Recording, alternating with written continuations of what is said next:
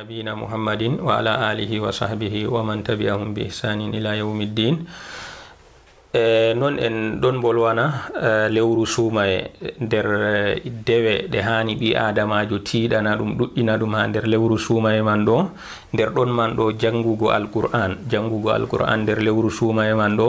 ɗum hunde tilimde, ɗum dewal ngal hani ɓi adamajo himmiɗino be muɗum, suklano ɗum, hokka ɗum wakkati. Kadi ngam jawmirawo ɓaŋiɗo o wi'ata innal ladhina yatluna kitaballahi wa aqamus salata wa anfaqu mimma razaqnahum sirran wa alaniyatan yarjuna tijaratan lan tabur. Kadi ɓen suklaniɓe jangugo deftere Allah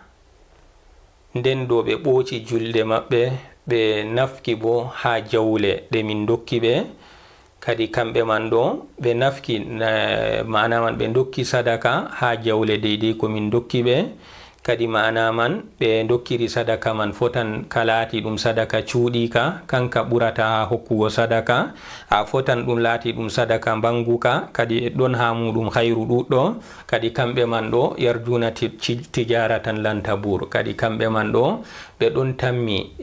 filu ngu buratako, ɓe ɗon tambi mbar jari kayri man ɗo ndi ɓe gaɗata asar ha muɗum, jangugo maɓɓe deftere Allah, non ɓocugo maɓɓe julde, non hokkugo maɓɓe sadaka cuuɗi ɗum be banguɗum. Kadi kamɓe man ɗo ɓe pili filu maɓɓe man ɗo ngu buratako, mana man jawmirawo warjotoɓe ha kuuɗe maɓɓe man. Kanjum jawmirawo ɓaŋiɗo o wi'ata liwaffiyahum ujurahum wa yazidahum min fadlih innahu gafurun shakur. Kadi ngam jawmirawo ɓaŋiɗo kanko man ɗo waɓɓe banniɗo o hebbinanan ɓe mbar jari maɓɓe timmidindi, o hokkan ɓe mbar jari maɓɓe timmidindi, o heynitortako be hokkugo ɓe mbar jari dow kuuɗe maɓɓe man tan, bal o ɓesdanan ɓe bo ha moƴƴere maako, o hokkan ɓe bal o ɓesdanan ɓe bo ha moƴƴere maako. Innahu gafurun shakur. Kadi kanko jawmirawo man ɗo o jaafowo jeyaɓe maako ha boofi muɗum, non bo o gettowo kuuɗe, o gettiɗiniɗo kanko man ɗo, non do kuuɗe ɗe jeyaɓe maako man kuwata ɗo, kanko man ɗo o yettan kuuɗe man, mana man kadi ɓi adamajo o huwan kuugal laatingal pamaral, jawmirawo ɗuɗɗinanamo kuugal man. To kadi tilawatul qur'an man ɗo kanjum man ɗo wari nassiji ɗuɗɗi ko sappinta en ha ɓural jangugo alqur'an nde fumare, ha ɓural jangugo alqur'an nde fumare. Nder ɗon man ko wari ha sahihul bukhari an usman radiyallahu an, kanko man ɗo o wi annabijo sallallahu alayhi wa sallam wi'ata khairukum man ta'allama alqur'ana wa allamahu. Kadi ɓurduɗo nder moɗon onon ummatore am goɗɗo on andiniɗo qur'an nden o andini qur'an man, goɗɗo on jangugo alqur'an o andi nde, nden kanko bo o andinine tana maako. To oɗo ɗo kanko wonte laatiɗo ɓurduɗo ha ummatore am, goɗɗo janguɗo alqur'an nden o jangini alqur'an. To kadi mana man kadi deydey yimɓe suklaniɓe ni jangingo alqur'an ɗo, kamɓe man ɗo ɓe ɗon dow hayru ɗuɗɗo jamum, ɓe ɗon dow hayru ɗuɗɗo jamum, ngam ɓingel ngel ɓe jangini kañum man ɗo ɓe ceedata, ɓe ɗon keɓa mbar jari muɗum ha ñande darngal. Goɗɗo on mo ɓe jangini man ɗo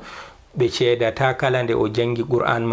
alqur'an man fuu ɗo, goɗɗo mallumjo janginɗo mo ɗo kañum man ɗo mbar jari jangugo alqur'an man ɗo ɗon hucana ɗum ila qiyami sa'a, ha deydey fodde. Kadi mbar jari man ɗo ndi tayrata ɓingel man ngel o jangini, kangel bo ngel jangini goɗɗo, mbar jari man ɗon hucanamo. To kadi ni kam oɗo ni janginɗo alqur'an ɗo ko tammete kam mbar jari mako man ɗo ndi tayrata, ngam kala o jangini oɗo bo janginan, oɗo bo janginan, laato kanko man ɗo o faggitake boɗɗe lattiɗe ɗe ngala kerol.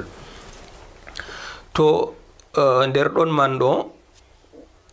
wari ha hadisewol annabijo sallallahu alayhi wa sallam o wi'ata almahiru bil qur'ani ma as-safarati al-kiramil barara. Goɗɗo on lolluɗo wato bawɗo qur'an, ɗigginɗo alqur'an ɗo, kanko man ɗo o janginde, kanko man ɗo darja mako ɗon wondi be mala'ika en ha darja mako. walladhi yaqra'u al-qur'ana wa yatata'atu fi, kadi goɗɗo on janganɗo al-qur'an amma o wonay o ɗon ɗiggini alqur'an man, o wonay o ɗon ɗiggini alqur'an man ɗo jangugo man ɗum ɗon mari saɗirma ha maako, o wawta o jangande kanko man ɗo jangol ɗigginɗo. To kadi kanko man ɗo o ɗon mari mbarjariji ɗiɗi, o ɗon mari mbarjariji ɗiɗi, mbarjari jangugo maako alqur'an man ɗo be mbarjari saɗirma nga o yiidata ha jangugo alqur'an man ɗo. Amma kadi luttan bawɗo ɗigginɗo alqur'an man ɗo, kañum man ɗo darja muɗum ɓuran margo darja janganɗo nde ɗigginɗo nde jamum ɗo, kanko kam darja maako ɗon o ɗon wondi be mala'ika en ha deydey darja maako. To mo ɗigginayde bo kañum bo be ɗigginay man fuu ɗo jawmirawo waɗani ɗum be moƴƴere muɗum, kanko bo oɗon mari mbarjari marrare deydey ko o jangi alqur'an man, be mbarjari ɗiɗaɓre bo deydey ko o to'ata ha jangugo alqur'an man ɗo. To kadi kanjum man ɗo ɗum sappinan en ɓural jangugo alqur'an. Non wari ha hadisewol gongol annabijo sallallahu alayhi wa sallam o wi'ata yimɓe ɓe kawtata majtama a qawmun fi baytin min buyutillah yatluna kitaballahi wa yatadarasunahu baynahum illa nazalat alayhim sakina wa ghashiyatuhum rahma wa khaffatuhum malaika wa zakarahumullahu fi man inda. Kadi yimɓe ɓe kawtata ha suudu nder cuuɗi Allah, kamɓe man ɗo ɓe ɗon janga deftere Allah, oɗo janga luttuɓe bo ɗon keɗi, oɗo bo janga luttuɓe bo ɗon keɗi, ɓe ɗon jangira dow sifa oɗo ɗo. Kadi kamɓe man ɗo toni ɓe ngoni banniɗo man ɗo, sina kadi ngam wara moƴƴere jawmirawo jippo dow maɓɓe, moƴƴere jawmirawo jippo dow maɓɓe, wara mawo o moƴƴere jawmirawo non bo jippo dow maɓɓe de'ende, jawmirawo waɗa ha maɓɓe de'ende ha nafsuji maɓɓe, ha fofturu ha nafsuji maɓɓe. Non jawmirawo ɓangiɗo wi wa zakarahumullahu fi man inda, jawmirawo inna ɓe ha mala'ika en wonɓe ha muɗum, o wi a ndaare jeyaɓe am ɗo, kamɓe man ɗo ngam yerdago kugal maɓɓe man ɗo, ndaare kugal ngal ɓe kuwata. To kadi innugo mo jawmirawo inni ɓe ha mala'ika en wonɓe ha muɗum ɗo ɗum darja ka jawmirawo hokki ɓe, ɗum bo hollugo yerdago kugal ngal ɓe kuwata man ɗo. Non kadi ha jangugo alqur'an man ɗo, kala harfere nde goɗɗo jangi fuu warjete dow muɗum, kala harfere janguɗa fuu, a jangi alifiwol ha alqur'an a woodi mbarjari sappo, a jangi laamuwol ha alqur'an a woodi mbarjari sappo, a jangi mimiwol ha alqur'an a woodi mbarjari sappo. To ni kam ɓi adamajo to o jangi qur'anure timmidinde kam, kerol mbarjari ko mari man ɗo ɗum hunde ɗuɗde. ha jonde min salinde mi wolwanino jotta kam ɓural jangugo alqur'an. To kadi en kocan misalu noyi salafinko en ɓe gonno, noyi yimɓe salihi en ha zamanu deydey zamanuji kedduɗi be annabijo, noyi ɓe gonno be tiɗgo maɓɓe ha sumaye be jangugo alqur'an. To kadi kamɓe man ɗo ɓe laatake no yoga nder maɓɓe ɗon ɓesda tiiɗal muɗum ha jangugo alqur'an. To o laatake ha tana sumaye kala ñalde fuu o janganno kisbeje ɗiɗi, to sumaye nasti kanko man ɗo o ɓesda o janga kisbeje 6 walla kisbeje 10, kadi banni yaake maɓɓe wayi be tiiɗal maɓɓe ha jangugo alqur'an. To kadi nder ɗon man ɗo modibbo biyeteɗo imamu zuhri, kanko man ɗo o laatake to ni lewru sumaye nasti darake, kanko man ɗo acca inde kuuɗe maako ko o huwata fuu o darna ɗum, o wi'a nane ma lewru sumaye kam ɗum lewru ndu goɗɗo tiiɗata janga ɗuɗɗina jangugo alqur'an ha muɗum, ɗum lewru ndu goɗɗo tiiɗata ñamna bukaɓe ha muɗum. To kadi kuuɗe ɗo ɗiɗi ɗo o hollini kanko kam kanjum wonte tiiɗal maako ngal o tiiɗata dow muɗum ha nder lewru sumaye, o jangugo alqur'an be ñamnugo ñamdu ha nder lewru sumaye man ɗo. To kadi ñamnugo ñamdu nder lewru sumaye kanjum man ɗo ɗum woodi ɓural mapindiwal jamu. ɓi adamajo o ñalla sumago, an ngara hara gare ñaloma man ɗo cumtinamo keɓa mbar jaari sumayere maako deydey ko o ñalli sumago man ɗo. La shakka ɗum kuugal pamaral ɓi adamajo huwata wakkati wel pamarel, nden heɓa mbar jaari ɓi adamajo ñalluɗo sumago. to kadi kanjum man ɗo ɗum ɗon mari ɓural majum ha deydey maranɗo bawɗe majum hani kanko man ɗo o suklano ɗum. non nder misaluji man Imam Malik rahimahullah kanko man ɗo o laatake toni suumaye nasti kanko bo o darna deydey sungulla mako nder ɗon man je joole mako ɗe o janginanno ha muɗum ɗe fuumaje kanko man ɗo o darna joole man ɗo o wara o suklano kanko man ɗo be jangugo alqur'an deydey joole ɗe o janginanno ha muɗum hadis walla ɗe o janginanno ande fikku ko nandi e muɗum kadi ɗe fuumaje o darna ɗe ha nder suumaye man ɗo o hucitana kanko man ɗo jangugo alqur'an. to ɗo man ɗo kadi ɓe modiɓɓe ban ɓeɗo ni ɓe gaɗay ɗum ni sina kadi ngam ɓural jangugo alqur'an ha nder suumaye jangingo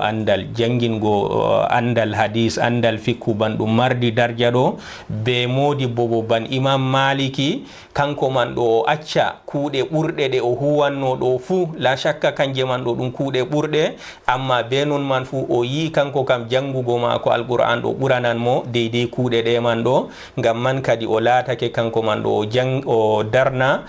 joole ɗe o janginta ha muɗum o darna ɗe fuumaje o hucitana jangugo alqur'an. to kadi ɗo man ɗo ɗum Imam Maliki o waɗay banni ɗo man ni sina ngam ɓural ngal jangugo alqur'an mari ɗum ha nder lewru suumaye. to nder ɗon man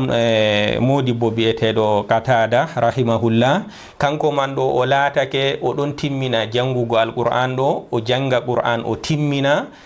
ha tana suumaye kala asawere fu o jangan qur'an marra gotel o timmina kala asawere fu o janga qur'an marra gotel o timmina ni kam ha lewru ɗo pamarum man o timminan qur'an nde nayi ha lewru ɗo kam ha lebbi tana suumaye. to suumaye lewru suumaye darake kadi o sotta timmingo ha balɗe ha asawere go o warta ha kala balɗe tati fu kanko man ɗo o timminan qur'anu marrare ha kala balɗe tati fu o timminan qur'anu marrare. to kadi ɗo man ɗo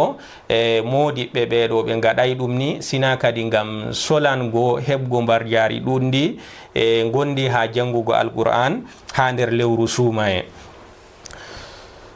to kadi en nani deydey misalji ha modi salafinko en ɓe noyi ɓe gayi be tiiɗal maɓɓe be accugo maɓɓe kuuɗe lattiɗe ɓurɗe ma ban jangingo andal fuu Imam Maliki o laatake o ɗon acca ɗum ngam o tiiɗana jangugo alqur'an la shakka kanjum man bo ɗum kuugal ɓurgal. to kadi en nani timminan ɗo nder balɗe tati en nani jotta kam noyi yakeji maɓɓe kamɓe man ɗo gayi be tiiɗal maɓɓe ha jangugo alqur'an ha nder lewru suumaye man ɗo kadi ko woni dow meɗen kam enen man ɗo colanen yaktago deydey yakeji maɓɓe man ɗo colanen yaktago nandida be maɓɓe ha kuuɗe maɓɓe man ɗo an man bo a wawan jangugo alqur'an timmina ɗum ha nder nelɗe tati toni a tiiɗi ban tiiɗal maɓɓe ngal ɓe tiiɗi man ɗo a wawan jangugo alqur'an timmina ɗum nder asawere ko nandi e muɗum toni a tiiɗi tiiɗal ban ngal ɓe tiiɗi man to kadi hani dow meɗen enen man ɗo deydey ndeni en nani nda kamɓe bo ɓural maɓɓe no woni tiiɗal maɓɓe no woni kadi enen dow colanen nandiditgo be maɓɓe ngam enen dow mbar jaari ndi ɓe giɗi man ɗo en ɗon mari haaje ha mbar jaari man. kadi o wiyata en nafotira en colana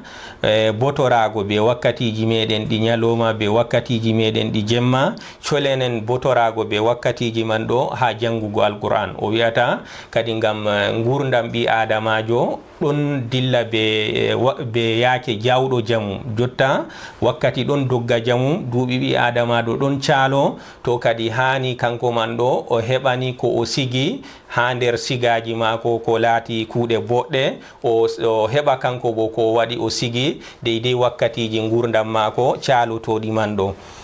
to kadi o wiyata en nani deydey no jangugo alqur'an woni ɗum mbar jaari deydey ko woni ha muɗum kuugal pamaral ngal keɓrata ha muɗum mbar jaari ɗuɗdi deydey to a jangi alif lam mim an man ɗo a heɓi mbar jaari 50 la shakka ɗum kuugal pamaral jamum amma ko keɓɗa ha man bo ɗuɗɗum jamum. to kadi ɗo man ɗo ɗum waɗan ɓi adamajo kanko man ɗo o solana jangugo alqur'an kadi lattiɗo goɗɗo on to o matan kanko man ɗo o jangay qur'an ha nder suumaye man ɗo kanko latti ñamaɗo kanko wonte ñamaɗo ha wakkati muɗum. to tiɗɗo jangi alqur'an ha nder suumaye kanko laati dibiɗo keɓɗo riba ha wakkati muɗum. To kadi ngam man ɗo hani kadi tiɗanen jangugo alqur'an ha nder lewru suumaye ɗo. kadi nder ko hollata en ɓural jangugo alqur'an ha nder lewru suumaye man ɗo, Jibrilu o laatake kanko man ɗo oɗon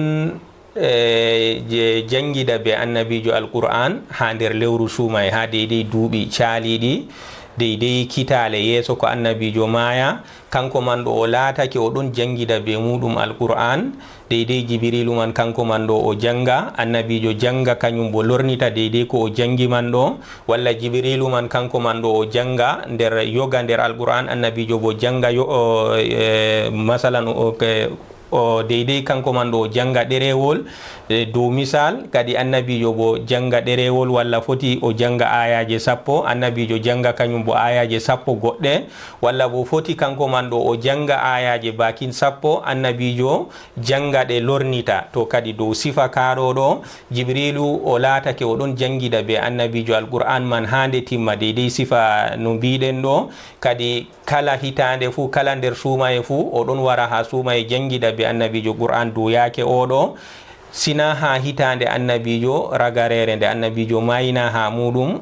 ɗon man ɗo jangidi be annabijo alqur'an man banniɗo marraten, o timɓe jangi alqur'an ɓe timmini ɗum ha nder suumaye marraten. ɗo kam Jibrilu be annabijo sallallahu alayhi wa sallama. to kadi ɗo man ɗo ɗum wonayni wargo Jibrilu ha nder suumaye jangida be annabijo qur'an man ɗo, kadi ɗum wonayni sina ngam ɓural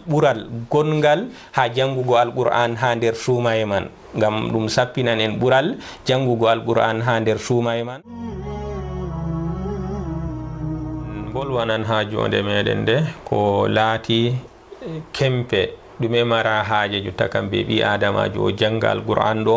kanjum man ɗo ɗum ɗon mari ke kempe laatiɗo mawɗo, kanjum wonte tadabbur, kanjum wonte taskitago wakkati aɗon janga alqur'an man ɗo, an man ɗo taskitoɗa ma'ana deydey ko ayaje qur'an man ɗo ɗe mbi'ata, kadi kanjum man ɗo ɗum kempe laatiɗo mapindijo ha jangugo alqur'an, accu mbar jari ndi keɓata ha jangugo man ɗo, kadi bo an man ɗo janga paama taskitoɗa ma'anaji deydey ko ayaje ɗe jangata ɗe mbi'ata. to kadi nafitoroɗa be majum, kura be majum deydey ko ayaje man ɗe umri kuwa, deydey ko ɗe kadi bo kaɗitoɗa. to kadi ɗo laati kempe mapindijo mo ɓi adamajo o hani waɗa ɗum ha jangugo muɗum alqur'an, accu mbar jari ndi keɓata man ɗo, an man ɗo taskitoɗa mana ayaje ɗe jangata man ɗo pamraɗe kura be maje. ngam jawmirawo ɓangiɗo o wi'ata kitabun anzalnahu ilayka mubarakun liyaddabbaru ayatihi waliyatadhakkara ulul albab. kadi qur'an man ɗo ɗum deftere nde min jippini ɗum dow maɗa, kayre man ɗo ɗum deftere barkiɗinde, kadi ngam onon man ɗo taskitoɗon deydey ayaje ko jangete ha qur'an man ɗo, kadi ngam ɗum ayaje man ɗe ciftinora ha ɗe ciftinora jam en hakkilo ɗe ɓe janga ɗe ɓe taskito manaji maje, ɓe kura be deydey ko ayaje man umrata, ɓe acca ko ayaje man haɗata, kadi ayaje man ɗo ɗe ciftinora ɗe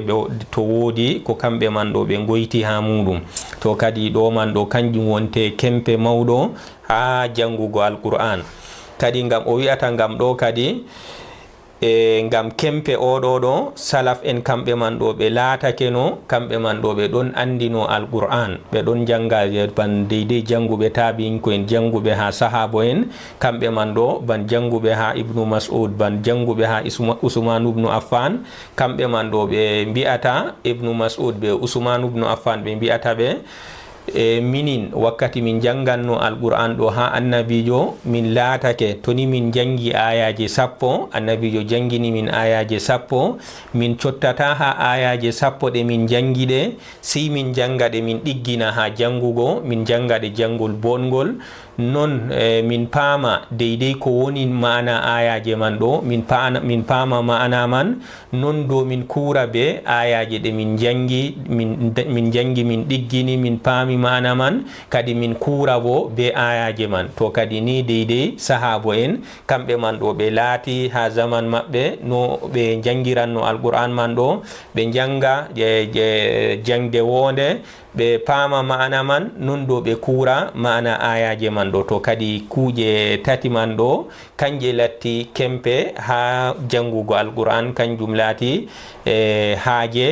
laatiɗo mapindijo ha jangugo alquran, kanjum wonte tadabbur, taskitago aɗon janga aɗon taskiti aɗon fama ma'ana man ɗo, kadi ɗo wonte yake ɓurduɗo ha jangugo alquran.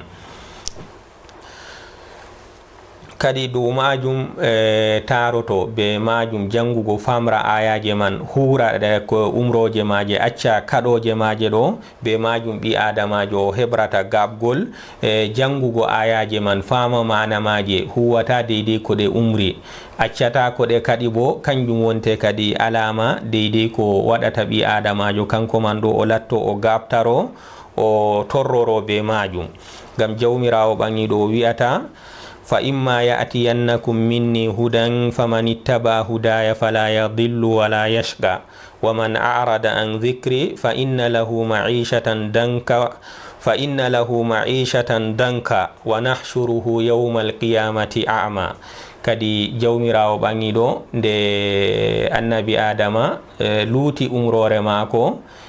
kanko man ɗo o wari jippingo ɗum ha lesdi, o wi'ata ɗum jippe ha lesdi ɗo, kadi jahe ha maari, toni warani on kanda, kanjum wonte wahayu mo jawmirawo jippinta dow annabo en ban qur'an man, nder ko ɓurata himmiɗinago haɗon man ɗo ban qur'an mo jawmirawo jippinta ɗum dow nulaɓe man ɗo. Kadi o wi'ata toni warani on kanda diga am,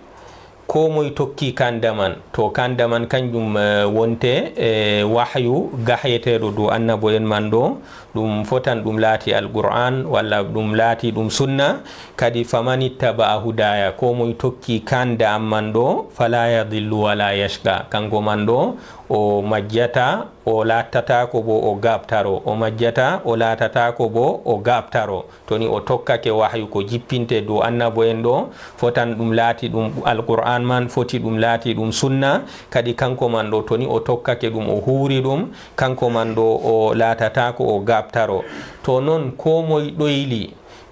ɗoyli deydey kanda ka gaddumi ka jippinmi dow annabo en man ɗo, o ɗoyli o hurayka, kanko bo kadi o maran hunde ɗo nguure maako ɗum lattoto ɗum nguure ɓilliɗo, ɗum lattoto ɗum nguure ɓilliɗo, kanko man ɗo o lattoto ko o mara ɗumejum ha duniya ɗo. Toni kanko man ɗo o tokkaki kanda deydey no annabo en gaddi ɗo, o laatoto o ɓilliɗo ha nafsu maako, o marata fofturu, o laatoto tum oɗon mari mettan ɓeramji, oɗon mari sunoji o de'ititta. To kadi ɗo man ɗo ko moye ɗoyli deftere Allah be sunna nulaɗo Allah, kadi kanko o luuti ɗum o huray ɗum, kadi kanko man ɗo laatoto batte man ha mako banniɗo. Ɓillago man ɗo na to o silto o laatake kanko man ɗo wala hunde, innama ɓillago man ɗo o laatoto foti o maran hunde, o maran laamu, amma o laatoto o ɓilliɗo, ɓilla man ɗo ha ɓernde mako wonata, kadi o laatoto o foftata, o laatoto o cuniɗo, o laatoto o ɗon mari mettan ɓeramji tokkiɗi. To kadi ɗo man ɗo ɗum wonayni sina gam ɗum batte kanko man ɗo ɗoylago mako deftere Allah. Non kadi o wi'ata wanginanama en ha aya ɗo, kadi mbar jaari yimɓe on lattiɓe tokkiɓe kanda jippinaka dow nulaɓe, kamɓe man ɗo mbar jaari maɓɓe ɓe laatoto kamɓe man ɗo ɓe maran gabgol, ɓe maran fofturu ha nafsu maɓɓe, ɓe lattoto bo ɓe waɓɓe ha alahira. Non goɗɗo on luɗɗo man bo luɗɗo deftere Allah be sunna nulaɗo Allah, kanko bo o laatoto kadi o goɗɗo on gabtaro marɗo ɓilla diga ha duniya ɗo ha alahira. To kadi ɗo man ɗo ɗum sappinan en ahammiya, wato timmiɗinago ɓi adamajo kanko man ɗo ɗo o janga deftere Allah o taskitode o fama o andino manaji mare o hura bo deydey ko woni ha deftere Allah be sunna nulaɗo Allah kadi ngam kanko man ɗo o hebra be majum gabgol ha duniya ɗo o hebra be majum gabgol ha alahira kadi ko moye ɗoyli deftere Allah ɗoyli sunna nulaɗo Allah kadi kanko man ɗo o maran gurdam ɓilliɗam diga ha duniya ɗo nden ɗo kadi bo ɗam laato ɗum gurdam tulluɗam tullanɗam ɓillago ha alahira to kadi ɗum waɗan kadi ɗo man ɗo colanan ɗoni kañum kanko man ɗo o laato o gaɓɗo ha duniya be alahira o himmiɗino be jangugo alqur'an o himmiɗino famgo manaji alqur'an o himmiɗino bo hurugo deydey ko woni ha alqur'an be ha sunna nulaɗo Allah sallallahu alayhi wa sallam. Haza wa sallallahu wa sallam ala nabiyina Muhammadin wa ala alihi wa sahbihi wa man tabi'ahum bi ihsan.